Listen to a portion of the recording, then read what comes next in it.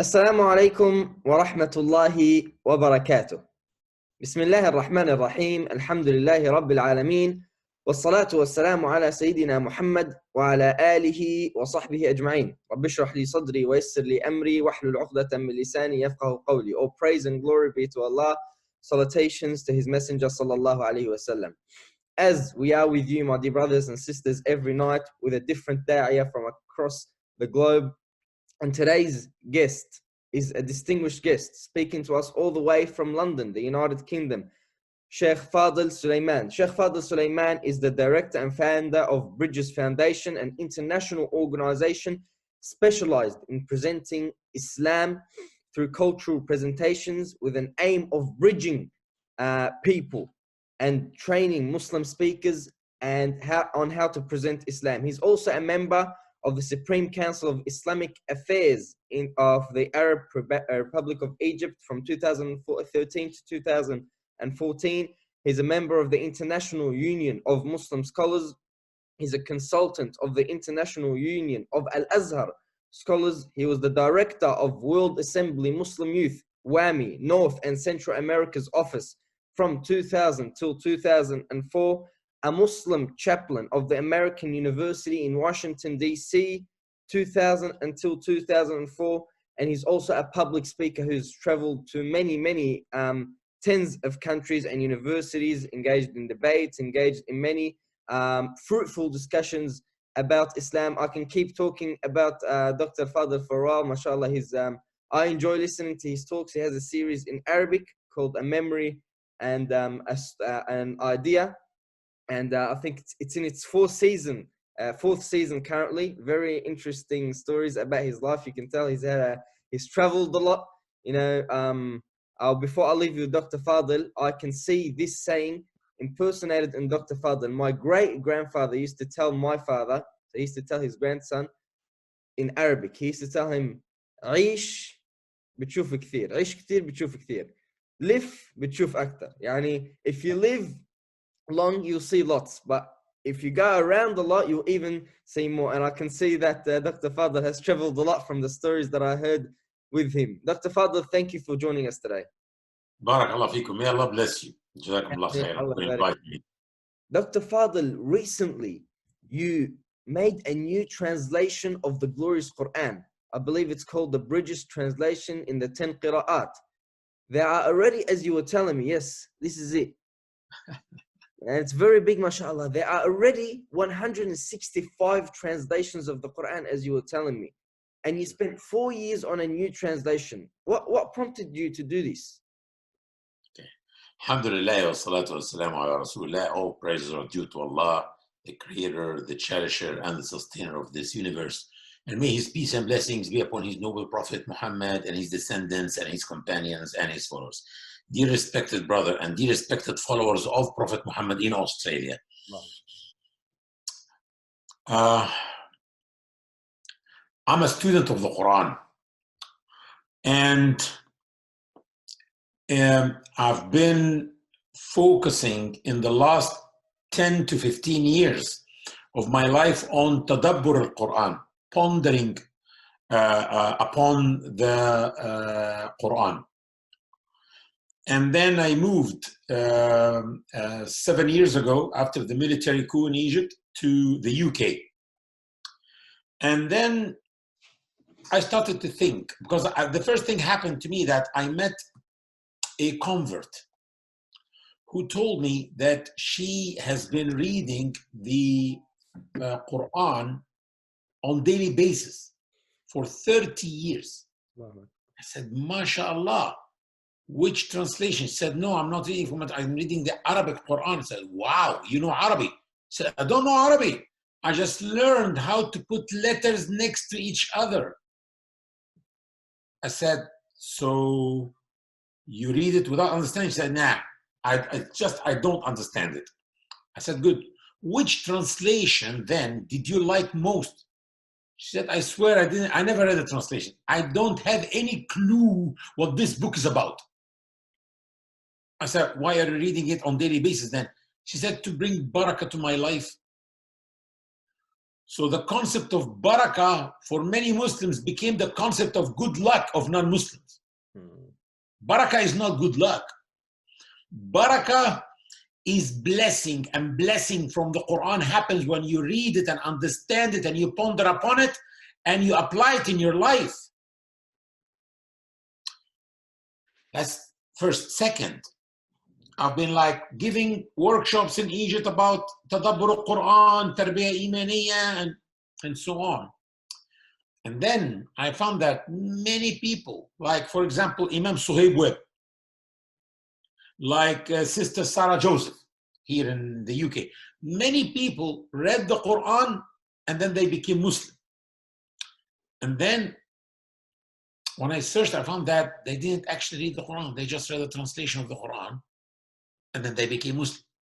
Because the Quran is only the Arabic text. And the translation, we can say it's 60% accurate, 70% accurate. It depends, 80% accurate. But still, there is guidance in it.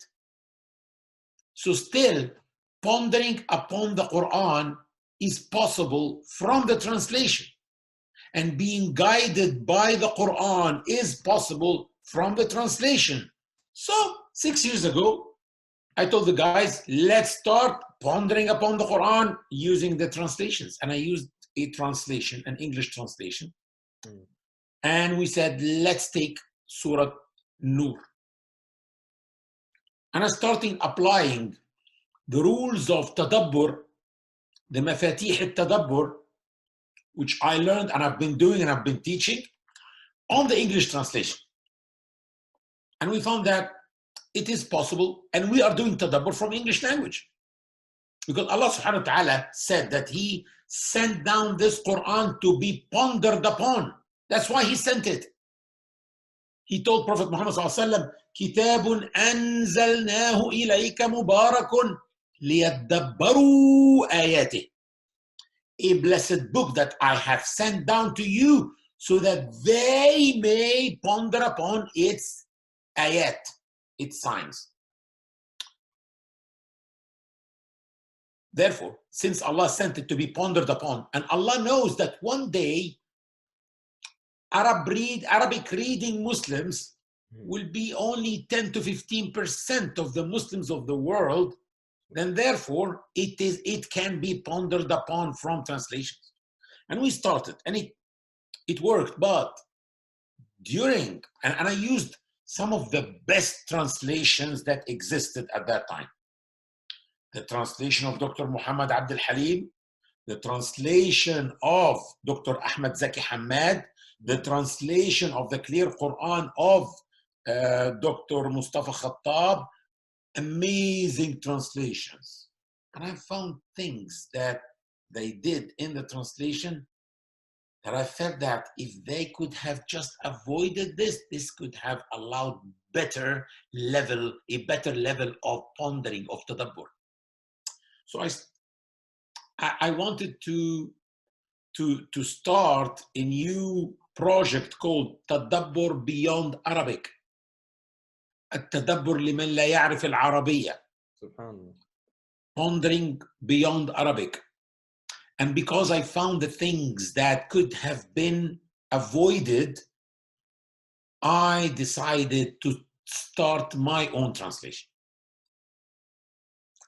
And with a team, alhamdulillah, of good translators and linguists, we did a completely different translation from any other translation.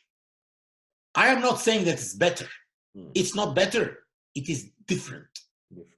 Three main features in this translation makes it a very different translation. It is called Bridges Translation of the 10 Qira'at of the Noble Quran. So it is the first translation in the world for the 10 modes of recitation. You know that what most people recite is called the Hafs an Asim mode of recitation, what mainly Moroccans, Tunisians, and Algerians are reciting is called Warsh an Nafi'. So those are the two most famous modes of recitation. There are 20 modes of recitation, 10 modes of recitation, but for every imam, there are 2 narrators. So there is 20 narrations. Hafs and Warsh are 2 out of 20. There are others. Qalun, which is mainly recited in Libya. Abi Ja'far is mainly recited in Sudan, and so on. Anyway, so this is the first translation that embraces all the qira'at. And it's very important. We can talk about that later. Yes. But that's not the main point. That's not the main reason why I decided to translate. Mm. The second thing, and maybe what really bothered me all in the last 20 years, is that the most fascinating Quranic phenomenon is not embraced in any translation. And this is called the grammatical shifting phenomenon. ظاهرة الالتفات. There are grammatical shifting in the tenses of the verbs, and there are grammatical shifting in pronouns, and there are grammatical shiftings in numbers. The most fascinating is the one about the tenses of the verbs. I will shock your non-Arab speaking audience. Allah subhanahu wa ta'ala spoke about the hereafter in the Quran over 500 times. 499 of them in past tense, not in future tense like you brothers and sisters read in the translations. Subhanallah. Allah said, وَسِيقَ الَّذِينَ كَفَرُوا إِلَى جَهَنَّمَ زُمَرًا. And the disbelievers were driven to hellfire in throngs. In 165 translations, you will read it in future tense. Yeah. It will tell you the disbelievers shall be driven to hellfire. I swear that's not what the Arabic says. It says they were driven in the past. Yeah. وَسِيقَ الَّذِينَ اتَّقَوْا رَبَّهُمْ إِلَى الْجَنَّةِ زُمَرًا. And those who were conscious of Allah were admitted to Jannah in throngs, in past tense. You will read it in 165 translations in future tense. You will read that the disbelievers in Jahannam will call out to Malik, the warden of fire, asking him to ask Allah to finish them off and finish their life because they are really suffering. وَنَادَوْا in past tense. يَا مَلِكُ لِيَقْضِ عَلَيْنَا رَبُّكَ. And they called out in past tense. In every translation, it is they will call. They shall call. That's not what the Arabic says. And in the last 20 years, I met many of those great translators. And I asked them all the same question. Who gave you the right to change the tenses of the verbs? And the answer was always, what do you want me to do? That's a future event. Do you want me to speak about it in past tense? I said, you're translating what God said. God spoke about it in past tense. Yeah. They all said the same thing. English readers will find it awkward. I said, why Arabic readers did not find it awkward? It is awkward in Arabic too. In Arabic is like English in this. Past tense never denotes future. Present tense may denote future in Arabic and in English, but not past tense. And the Arabic reader pondered upon it and wondered, what does it mean? And went to the books of tafsir and read it and thought about it. That's a point of tadabbur. But we deprived the non-Arab speaking Muslims from it by changing it to future tense because we thought ourselves guardians upon them and they will not understand. So let's simplify it. Why simplify it? So this translation is not only about what God meant to say like other translations. It is also about how Allah spoke. It doesn't only focus on the meanings, it focuses on the style of Allah in speech. Okay? So you will find this a lot. A footnote, and it tells you, frequently the Qur'an addresses the events of the hereafter in past tense, and this should be pondered by the reader. I'm not forcing my pondering on you. I do not force my understanding on you. And that's the third feature, which is anta.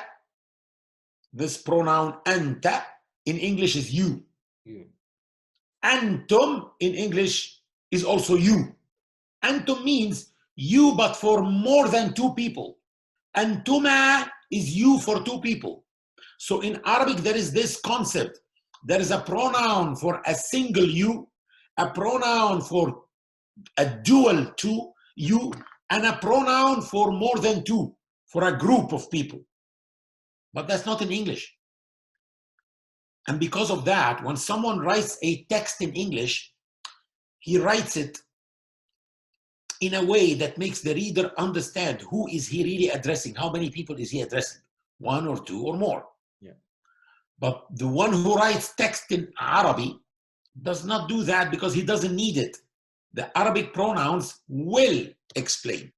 They explain themselves. Self-explanatory. Exactly, are self-explanatory. So the issue here is the translators, to explain to the reader that this you is singular, used to put O Muhammad between brackets. So I say that a lot. A lot. Allah said Muhammad in the Quran 4 times only. Why are you adding 700 more times? I know that it's between brackets, and this means it is not from the text, but it will make an effect in the heart. So when you read, for example, Jews and Christians will not be pleased with you, O Muhammad, until you follow their religion, will affect you differently from Jews and Christians will not be pleased with you until you follow their religion. You understand me? Because it's like you excluded yourself. The ayah says you. Okay. So same thing, it's not only in pronouns, same thing is in imperative tenses. قل is say. قولوا is also say. قولوا آمنا بالله. Say we believe in Allah. So قل يا أيها الكافرون. Say disbelievers. How can you know when you read say O disbelievers that this is a singular or not? Let me show you how we did that. We did not put O believers or O mankind to say that this pronoun is plural or that this imperative tense is plural. We did not put O Muhammad between brackets to say that this pronoun or imperative tense is singular. We did something else. We added something to the English language. And that's what I'm going to, I will share screen now and show this to you, okay?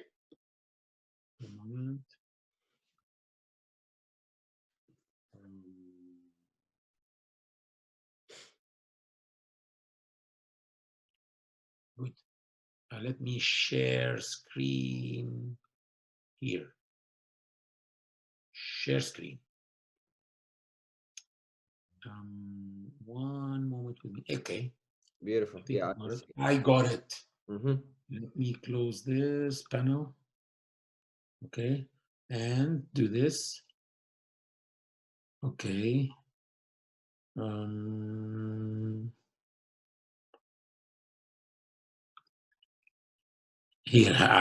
Here we have some examples. For example, in here, in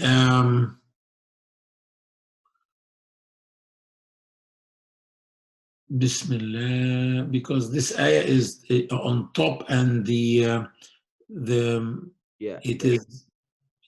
is covered by the Zoom.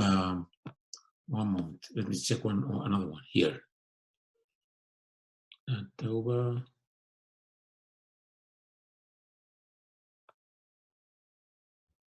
Bismillah. Okay, I think I got one now. Good.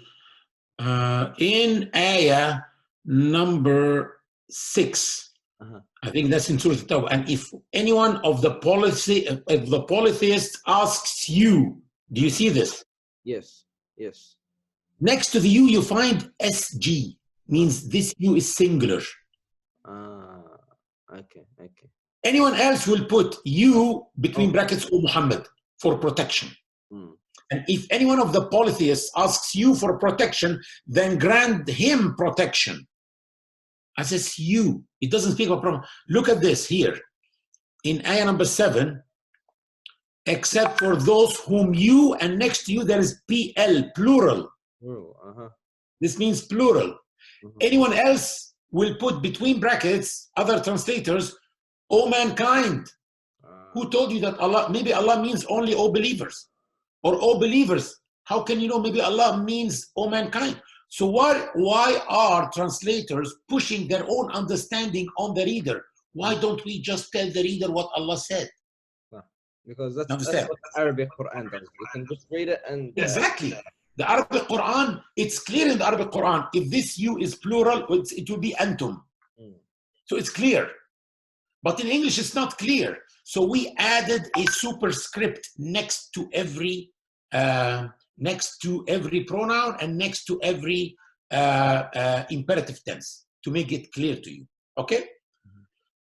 Now let's stop sharing. Okay, I'll tell you about also some more features, and only one more. We did something called standardization. So, for example, one of the keys of pondering the Quran, and I really suggest for your audience to learn how to ponder the Quran even if they don't know Arabic. How? By watching a playlist on my YouTube channel. This is not the gas station I work for. This is Bridges Foundation, which is the organization that I run. We have a YouTube channel that has over 1,000 videos called Bridges Foundation channel. Go to the YouTube and type Bridges Foundation. It will appear, channel. Of course, subscribe and like. And then go to playlists. In the playlists, there is a playlist called How to Ponder the Quran Even If You Do Not Know Arabic. One of the ways of pondering the Quran is, if you, for example, choose a word and you want to have a Quranic picture about this word. For example, the word al-muttaqeen. Al-muttaqeen is those who practice taqwa. So some people translate it, those who are conscious of Allah. Some people translate it, the mindful of God. Some people translated the pious. Some people translated the righteous. All of these translations are right. But what's wrong is to use more than one of them in your translation in order to enrich your vocab. Like that, you deprived your English reader from knowing that this word is repeated also here. So if I want to have a picture, a Quranic picture about al-muttaqeen, I can search for every ayah that has the word al-muttaqeen and read its context in order to know what Allah means by al-muttaqeen. So in our translation, al-muttaqeen has the same translation from al-Fatiha to an-Nas. I don't change, I standardize. Also, for example, the word kafir, in most translation is disbeliever. But kafir also came, and kufr also came in the Quran by the meaning of being ungrateful. صح. So in some ayat, when it means that, you find the translator translating the same word kafir or kafirin as the ungrateful, because that's what it means here. صح. But like that, you use two different terms in English, while Allah used only one term. الله. And this can have an effect on the heart, that the word kafir, who denies faith, is the same as the kafir who denies grace. Yes. Why are you using ungrateful and disbeliever? In this translation, kafir is only one term, which is deniers. So in our translation, kafir is not disbeliever, it is denier. قُلْ يَا أَيُّهَا الْكَافِرُونَ, say, O deniers. One can deny faith and become a kafir, or deny grace and become ungrateful, or a kafir also. Understand? There is also, for example, the word ayah. Ayah means sign. In every translation, ayah is verse. Verse means the verse in English is the unit of text in poetry. Sentence is the unit of text in prose. The Quran is neither poetry nor prose. The problem is, the very first translators of the Quran followed the footsteps of the Bible translators. And the Bible translated verses. So we translated verses. It is signs. Ayah. Sign is the unit of text of the Quran, which means that every unit of text of the Quran is a sign of God. Yeah. Is a sign about God. You understand me? So we try to come as close as possible to the spirit of the Arabic text. Okay. Yes, subhanallah. So it looks like a very interesting translation. Lots of new features, different things. You know, even open my eyes. You know, I've always been reading in Arabic, and sometimes I don't even notice these things. You know, the different meanings sometimes and how they translate it. So that's subhanallah very interesting. Hopefully, the brothers and sisters that are viewing can benefit, inshallah. How can we get access to this? Okay.